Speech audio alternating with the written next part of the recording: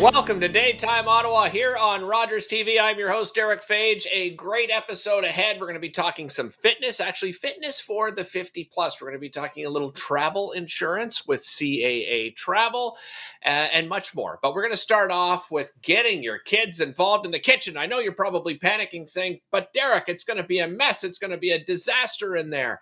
That's okay. That's what it's all about. Julie Findlay, Mom in the Know, joins us, and she's going to tell you why there's going to be some great teaching moments in the kitchen with your kids as well. Julie, welcome to the show, and let's talk about the importance of getting your kids involved with preparing meals. You know what? It's so fantastic. There's so many lessons to be learned. Just like you said, there is measuring, there's math when you're doubling recipes, because we've been doing a lot of baking for friends, neighbors, and family.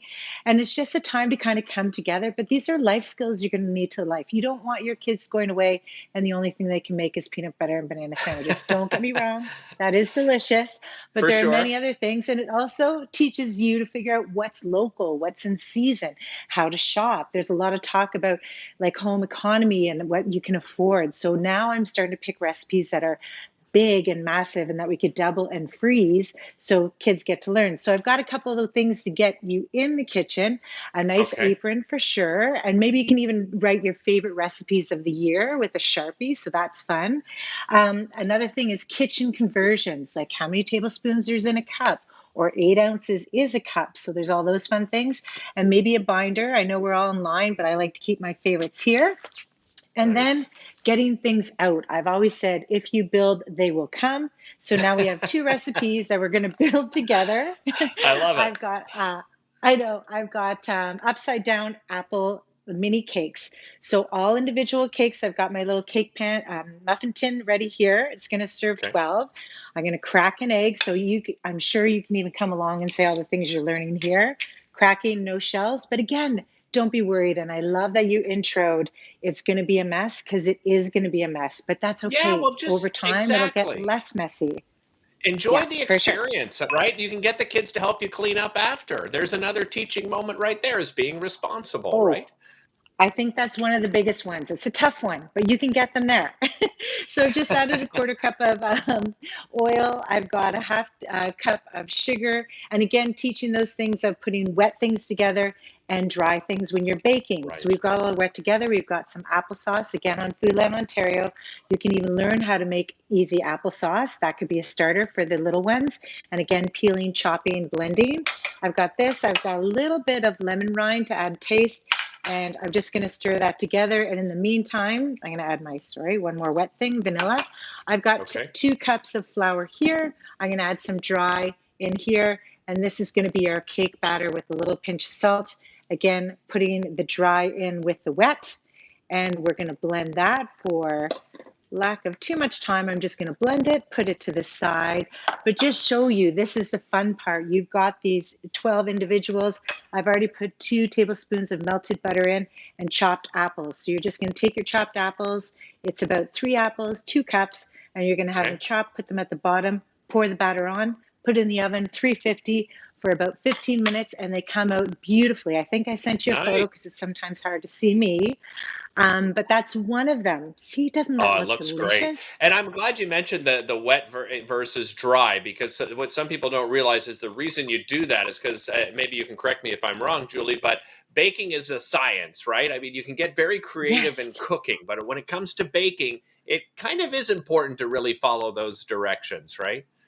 Yes, definitely. And again, that's another skill right there, is just following the directions, just like which was adding a little bit of brown sugar and cinnamon, tablespoon each, over each of the individual muffin holders. And then you pour the batter on for those lovely cakes. The next one that I think you're going to have fun. Yeah, super busy, super messy, super fun, is a baked ravioli lasagna. So I've already gone ahead and I've made the sauce. So this could be something parents can do, or older kids, absolutely easy to do. You're just going to chop up an onion. You're going to saute it medium heat. You're going to add in about 750 grams of Ontario beef, or you can do turkey or pork, whatever you like in your ravioli. A jar of diced tomatoes, and a jar of your pasta sauce, or maybe you make your own, which is fantastic, or maybe you shop local. Again, making sure things are fresh and easy. You're going to have that.